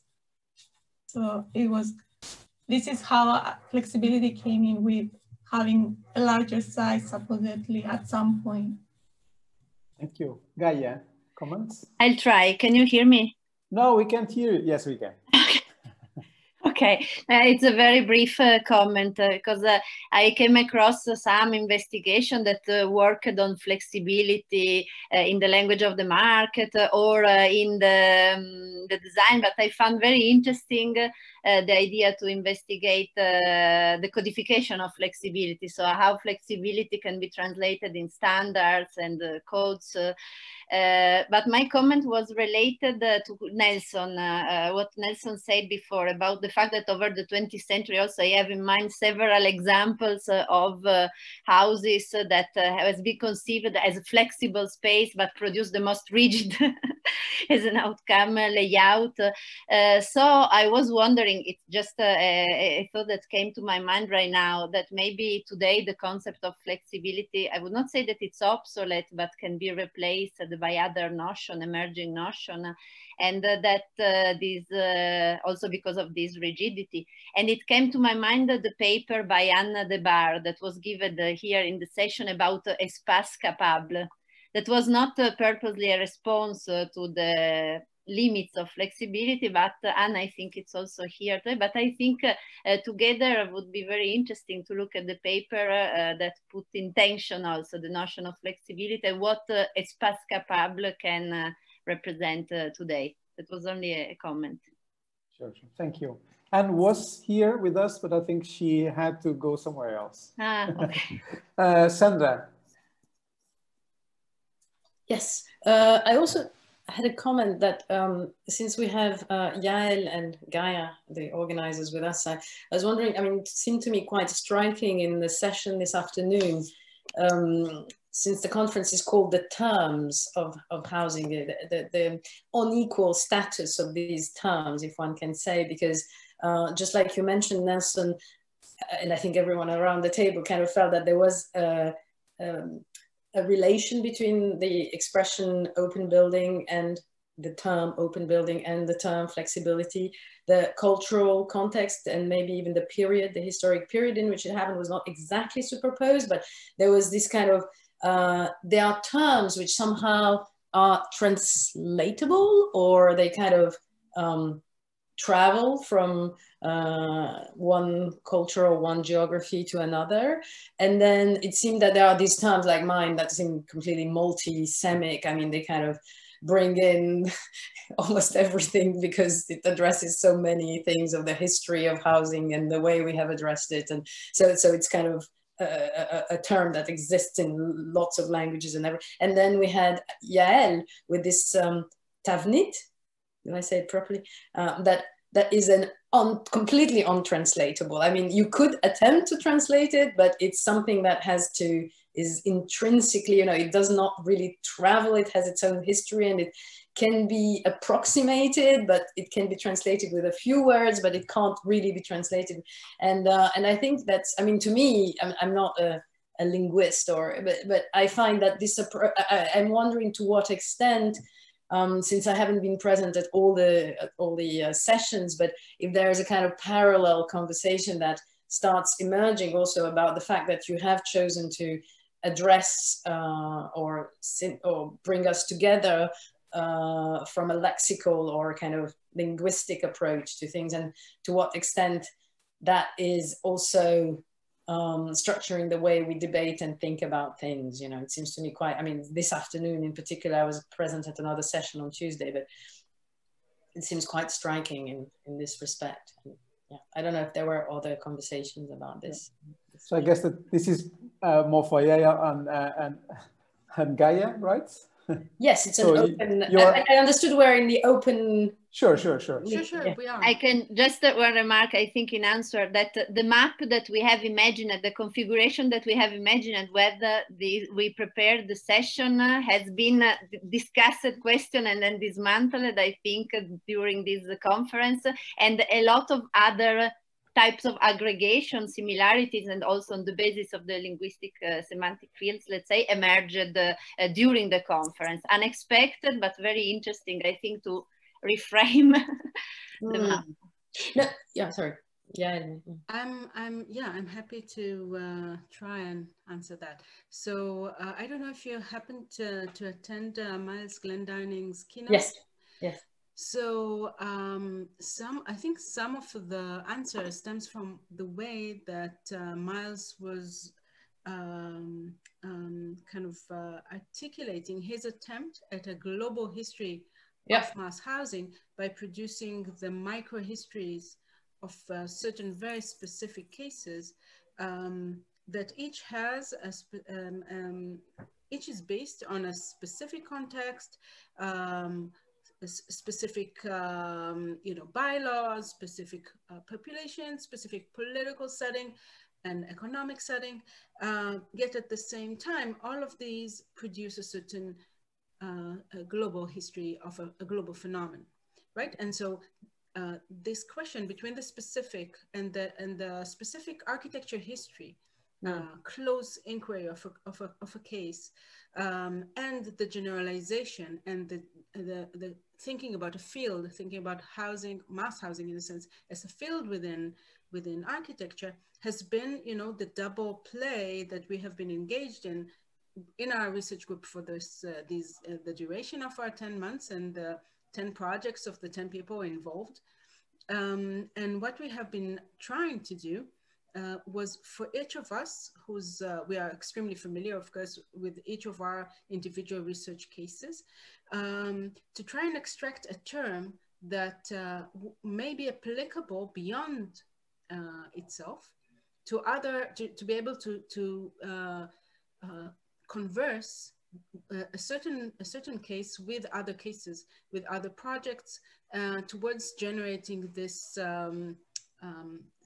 set of terms, so we know what we are talking about. Because in a sense, what we started with is a kind of a frustrating sphere of, we are not necessarily talking about the same thing when we're talking about housing. Right. So how can we articulate what is it that we're talking about was really the premise of this endeavor. And so if you look at the program, you will see that some terms are more local, while some terms are more general. For example, we have micro brigade from Cuba and Dom Communal from Russia, and then we have terms like more familiar, like open building, for example, or terms that have been messed up in a sense while keeping to the same word, like neighborhood, like the term that Gaia was researching, or habitat. We have 3 papers on habitat. Each of them presented something, a kind of a completely different exploration of this term. So this was kind of our attempt. I started from the more general terms. I started from impact and architecture, culture, and experiment. And as I was working, there was this process in which I came closer to the case, working with this more local term of Tavnit, and kind of hoping that it could step up and be able to kind of help us reflect what experiment is, what architecture culture in relation to our agency in housing was about, and what would be the impact between the relationship of mutual impact between modern mass housing and the modern discipline of architecture. But yeah. Yes, thanks, Yael and Gaia. Yes, but okay. So to go back to Miles, I mean, it's not a criticism, but you know, his attempt is a unifying one. It seems. Okay. I'm not sure. I mean, through this micro, the idea, even the term of global, you know, history is in bringing to these fragments of instantiations and under a common book, which is his, you know, that's his project. And one could discuss it with him, but I do think, and I thought that you're going to refer to that moment in his talk when he says that, you know, he finds himself at these conferences where people have lexical conversations in a language that they don't master, which is English, and they talk about the semantic. And it was such a great moment of, you know, exactly what his project is about, which is, you know, through this master global, you know, if it had been some kind of Azerbaijani historian doing that, no one could publish it. It's because it comes from England, and he masters the English language, and lots of people in academia that he can do that. And it's not, you know, I'd be glad to have this conversation. If you ask Miles, he is from, he is Scot, right? And forget about it. I mean, I'm not even getting into this. He speaks English with the poshest accent of the whole history of humankind. So I'm not even buying this Scottish thing. There was a Scottish guy around the table who said, sorry, one can't understand my English. My Scottish accent is so thick. That's not Miles' problem. Anyhow, just to get back to the point, I was wondering, because in our or your cases, but I like to think that we're somehow part of the conversation. What I find interesting is that the status of the word is not, I would think if one talks to a linguist, they probably don't have the same, they don't belong to the same categories. And the thing that I was foreseeing only from this afternoon is the way in which some terms kind of, even though they're not the same words, literal translation, they travel more easily. Other are multisemic and others are completely not. And how, and you know, if you look at any kind of like a dictionary of geography or something, you know, when you get to habitat or when you go to territory, then you have A, B, C, D, because every time there's one field in which it could kind of, there's the I don't know, the territory as an animal and territory as a state, and you know, and we could do that. I mean, you could do that if you kind of have the preservation word. But is that how you want to do it, or is there a way in which this kind of jagged, less neat result of these choices of words? And I imagine there are words that are missing at the sessions that you're going to bring people in, and but you know. Because I could see at some point during another session how the word needs, we were talking about needs, you know, with Yael, and how the word needs, you know, she speaks about it, the history of needs in the French context, but if we take it in the Soviet, you know, you bring this too, and it's going to be incredible. And how Savia with flexibility, you know, you have flexibility in the English administration, in the British administration, and then how, you know, that word translates in other parts, or maybe one can find, and we could also almost order research from people who are in other, where the word also appears in the administrative discourse, you know. But there are others like yours in particular that, you know, that it's just you. We're not going to be able to, you know. So let me try and respond by saying that when you look at architecture history, products in architecture history, you could see the obvious cases of the history of Fiona Friedman, the history of Marcel Boyer, the history of Le Corbusier, etc. And then you can see the history of a certain case in Tanzania or in Tel Aviv or in wherever, right? So our choice of research questions, our choice of sites of inquiry, and in this context, our choice of terms is also kind of involves our agendas regarding what is it that is interesting or that counts or that may make a difference. And we are 10 people in the research group and 55 people in this conference. And each of us has a certain agenda on how do we approach this, right? some of us, I mean, as I told you, I moved from more mainstream, let's say, or conventional or more communicative terms in the beginning of my process in September of 2019, to presenting what I feel is the more accurate term that would enable me to say something that would be meaningful about the research question that I'm studying, which is, why did architecture culture lose interest in the design of housing? This has been my question for a very long time.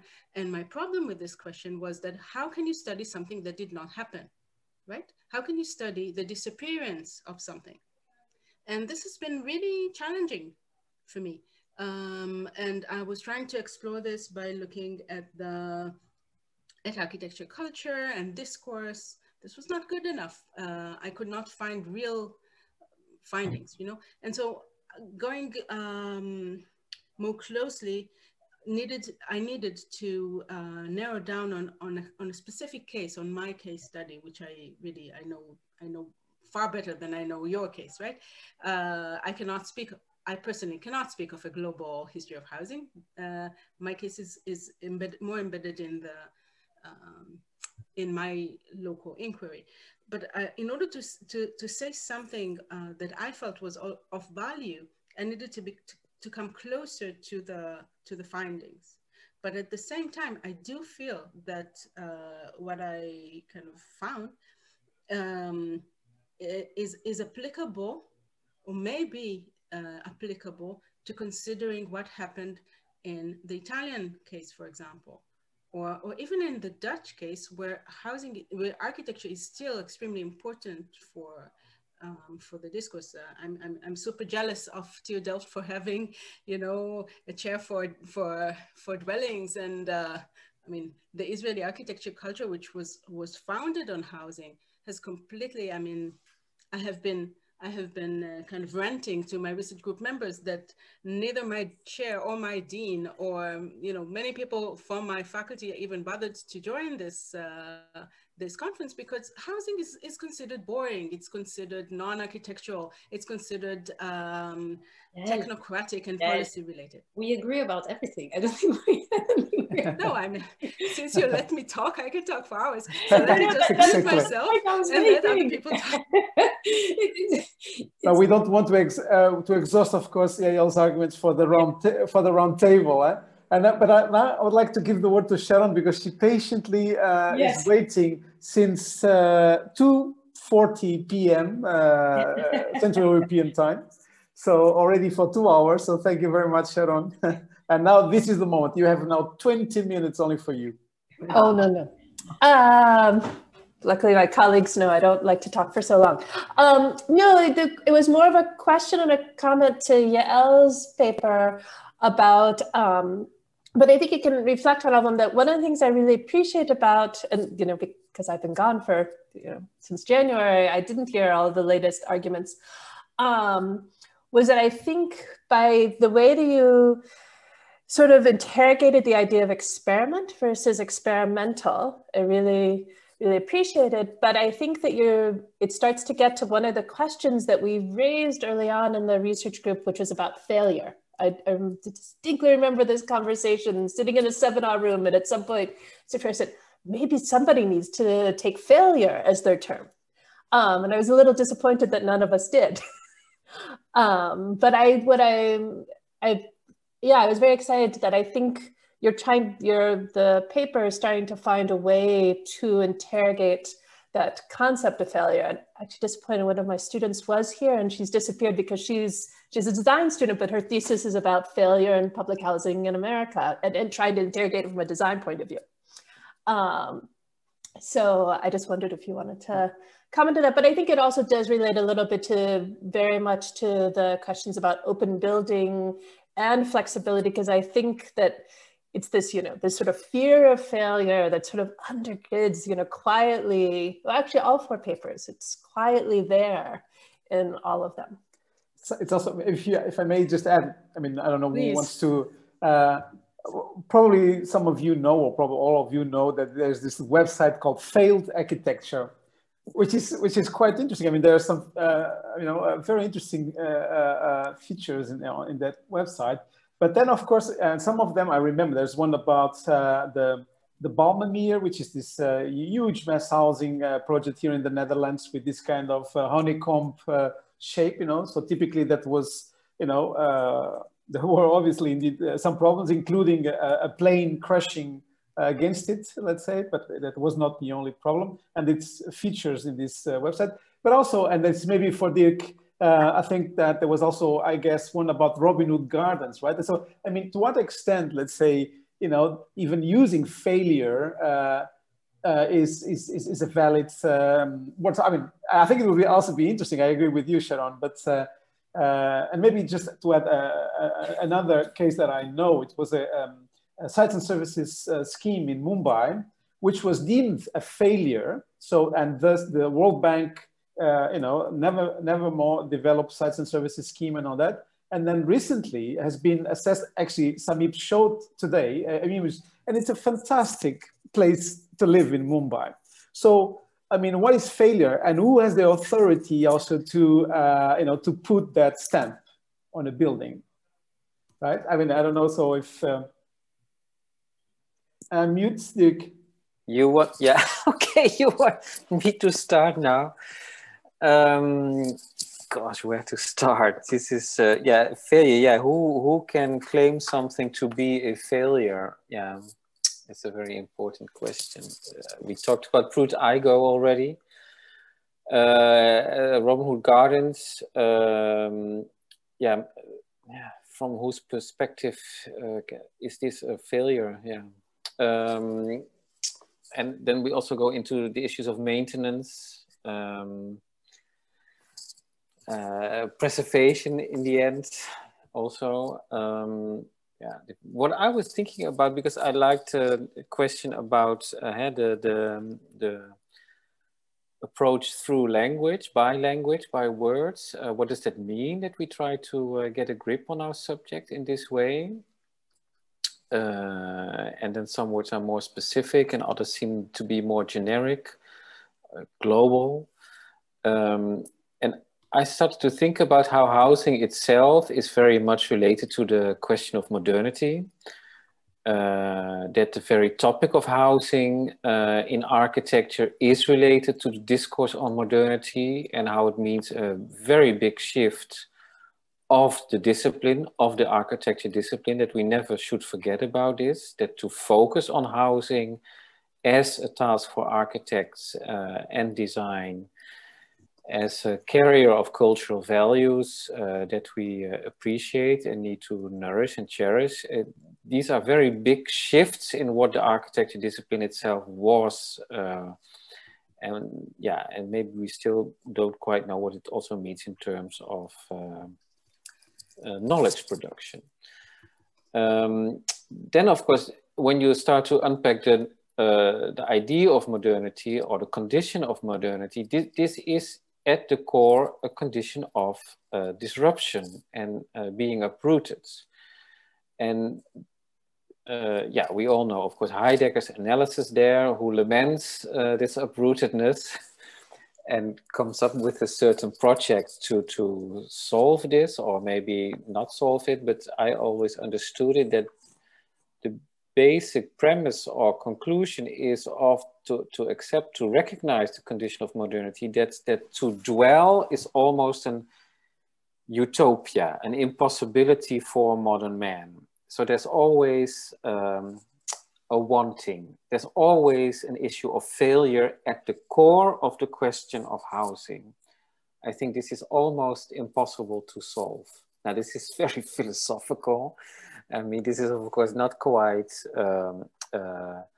something that you can discuss with politicians or with homeowners or tenants when they face real life problems. But I think it's important to keep this in the back of our minds, because all sorts of cultural notions of what dwelling is or what it should be, its idealization, etc., are always somehow they stream along with these discussions on what is failure.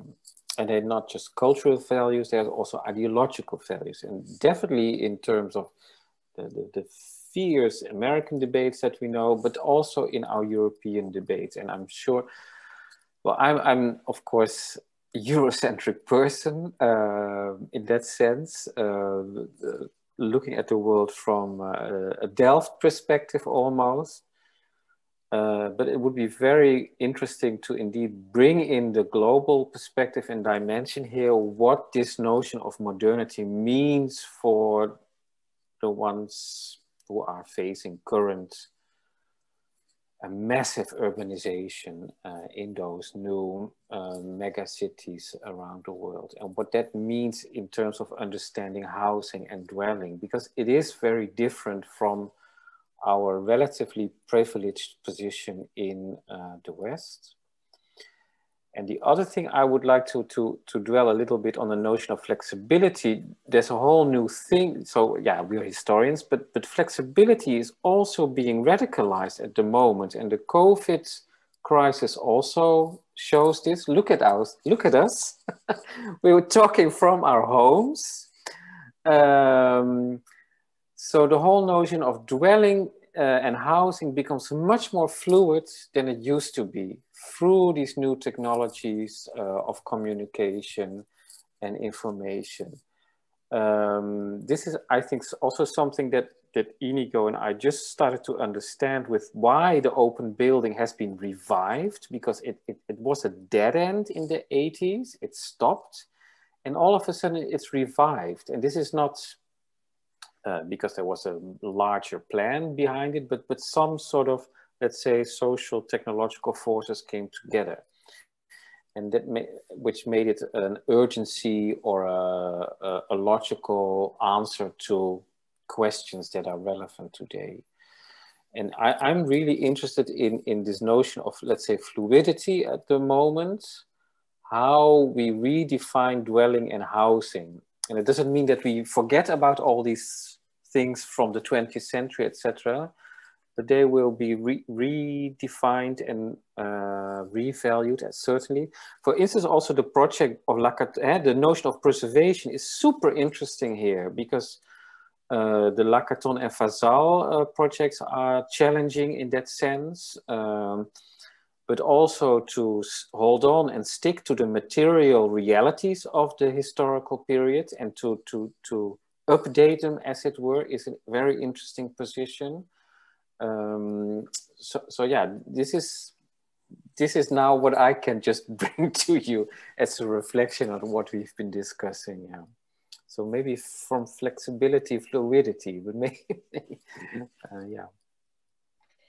Can I step in very quickly with a comment on what Dirk just said about failure and the change of perspective, looking at flexibility? Because I think that indeed, inhabiting is seen as a failure of modernity, but for different reasons, I think, in the sense that nobody asked the inhabitants before that, what do they think about inhabiting as such?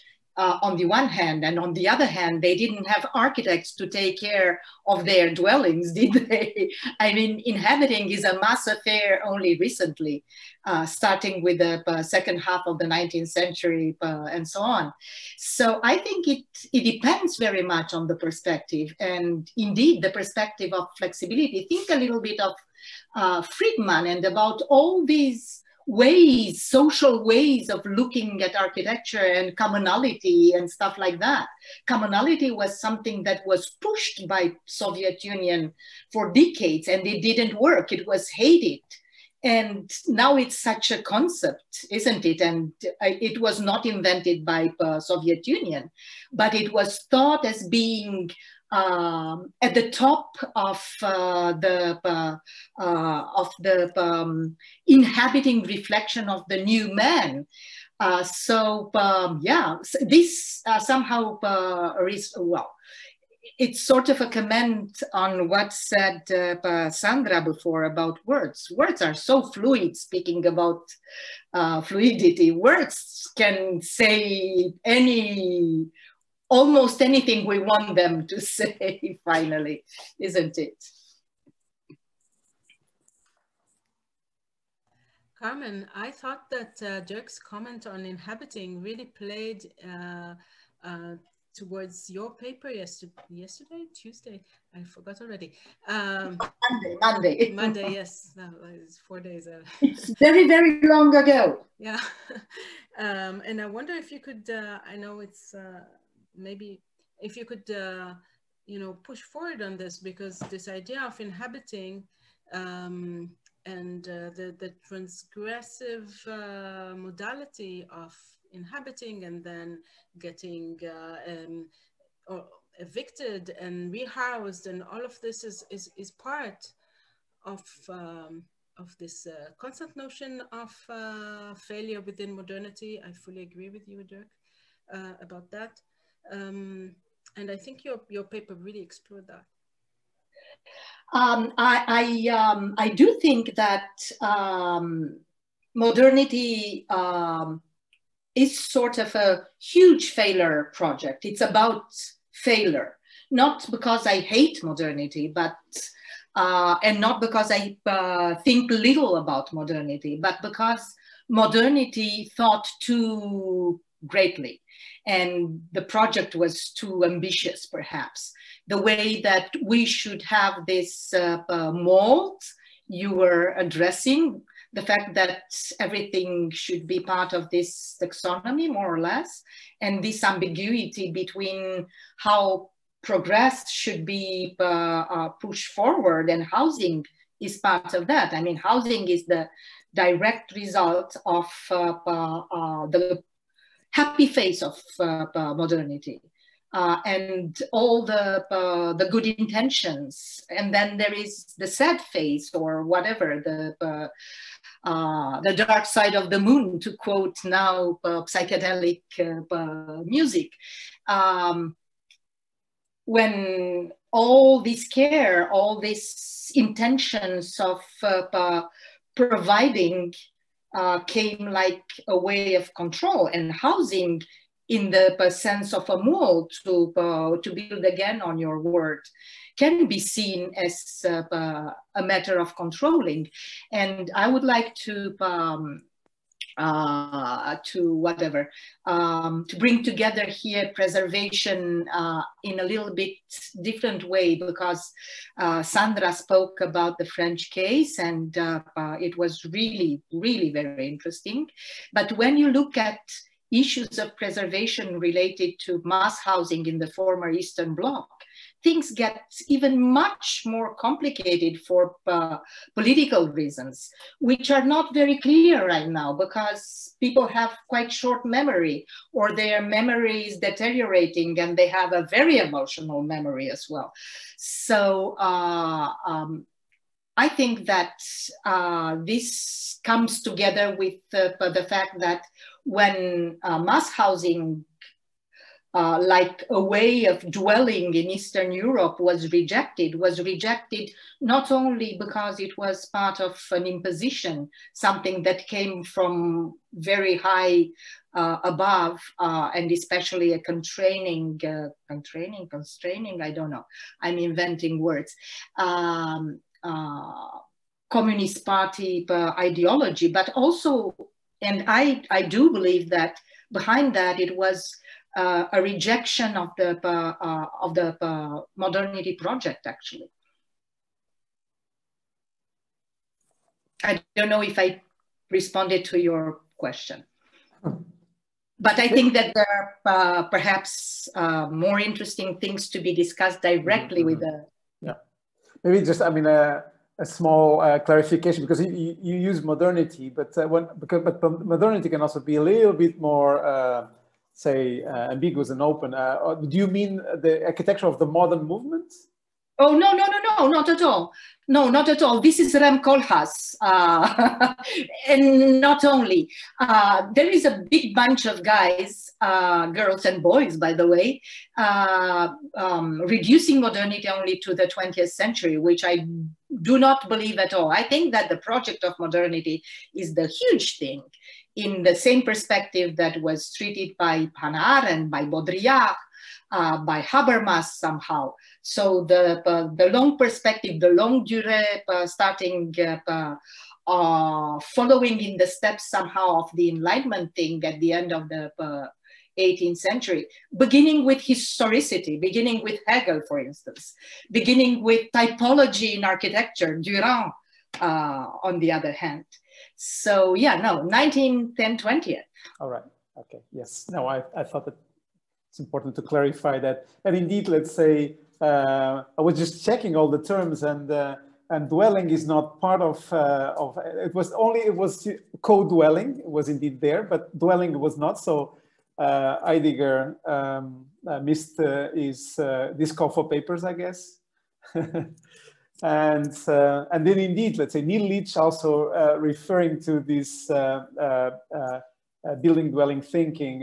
He always also talks about the dark side of dwelling, so it also resonates with what Carmen also said. So, but maybe the other. So you were talking about the sort of the dark side of modernity, but he also talks about the dark side of dwelling, and of course from the perspective of yeah, well, I guess we all know what Heidegger also stands for, right, ideologically. No, I guess that's, so this is, I think, reaching a kind of an interesting climax, and maybe, let's say, I find it's quite a good way of wrapping up this session. And indeed, let's say... One last, I want to make last remark, maybe, okay. And Gaia is also listening now. I like the notion of failure to unpack all sorts of things, but in terms of how historiography itself or research is also a site of contestation, I also think it's very important to not just stick with the failure. I mean, we also have to look at the projects that we really think are actually, I won't say a success, but really exemplary projects, because there's also the myth of failure is also, I mean, Charles Jenks basically ruined, he is the big myth producer with his book on postmodern language, where he used the Prude-Igoe image, of course, and then also brought this myth of the failure of Robert Hood Gardens at that time. Which was also a class issue. I mean, he was really rejecting all sorts of solutions related to socialism or the welfare state as serving as social classes. And the other thing is, and this is quite destructive. So for instance, the Kashbach project in Hengelo by Piet Blom, sometimes also people talk about how it's been a failure. And I've been there several times and talked to inhabitants, etc. It's actually a big success. It works quite well. It's still in good shape, you know, and it's, so there's also a media side to this notion of failure that we also might want to be more aware of, and that we need to bring out also how it does work. Maybe not in the way that architects, it's not about marketing, but we should also show how housing is actually working for the people. Yeah. Oh, that's a very good note. But Gaia also had something, right? Well, after this sophisticated conclusion by Dirk, I think, because were my comments for Sandra, but are probably a little bit out of context, just two remarks, because it's something I was thinking about the relevance that preservation can have for our discourse on housing. And for me, it's a crucial issue, the link between historical recognition of the building and its preservation, because we have cases of stigmatization where and it's something that I'm bringing just the experiences of the Italian case, that some buildings became symbols of the crisis of housing, stigmatized, and then provoked their demolition. Other iconic cases on the other side generated campaign for the preservation and conservation, but there is in between all these ordinary housing stock that one of my questions was to which extent this ordinary can be considered an heritage or can be preserved. And the other is about the fact that historical studies on housing now, at least in Italy, are starting to focus on immaterial aspects, so building as places of stories of life, of places of consolidation of territorial cultures, political cultures, so less tangible and material aspects. Why preservation strategies and preservation in general is looking at the physical evidence, so material aspect, the materiality of the building. So my question would be, which can be the places of the transmission of this immaterial heritage? So this was just what I wanted to pose to Sandra, but it's really focused on this debate on preservation. Is there still relevance and time for me to say a few words? Or? Yeah, you have 2 minutes. Great.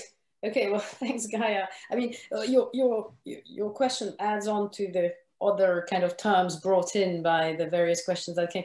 So I keep that. There's no real answer. I tried also to. But I would say that for me, the question of ordinary being preserved, I mean, that seems to be right down the alley of people like Caton and Vassal with the use value, you know, as it is ordinary, but from an environmental point of view and potential for transformation, we keep it because, you know, so that seems to be, and I would kind of agree with that. And the immaterial, I think it's a dodgy question because it has been, at least in France, the answer to demolishing but making peace with the residents. So they make books about and hire photographers, and you know, so it's kind of borderline because even though theoretically it's very interesting, the way it's been applied is quite questionable. And that is more what I would have said to be in Riegel's, you know, term, like crystallizing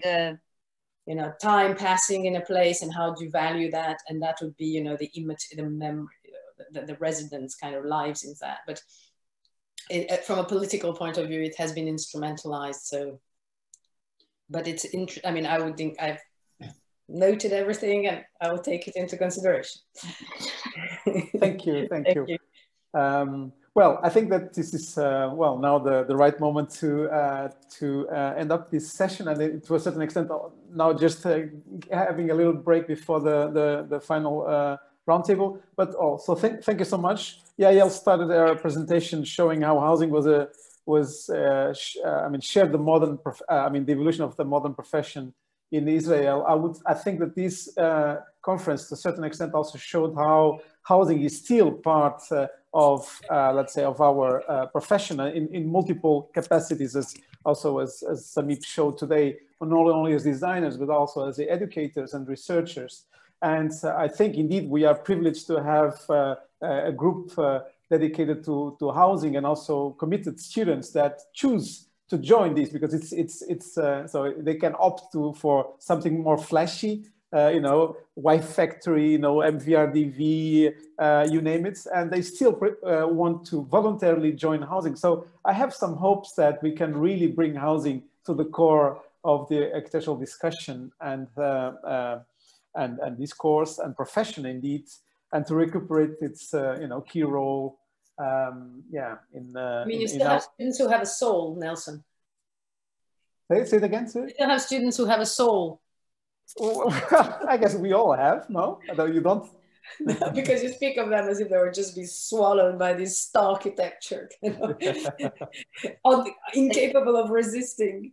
Anyway. No, they resist. And anyway, so thank you very much. I think this was a great session. 4 great papers, great discussion, and well, I hope to see you very soon in person, ideally. And let's now wrap up for this session, and then come back in 30 minutes for the roundtable. Thank you very much. Thanks, Nelson. Thank you, everyone. Bye-bye. Bye.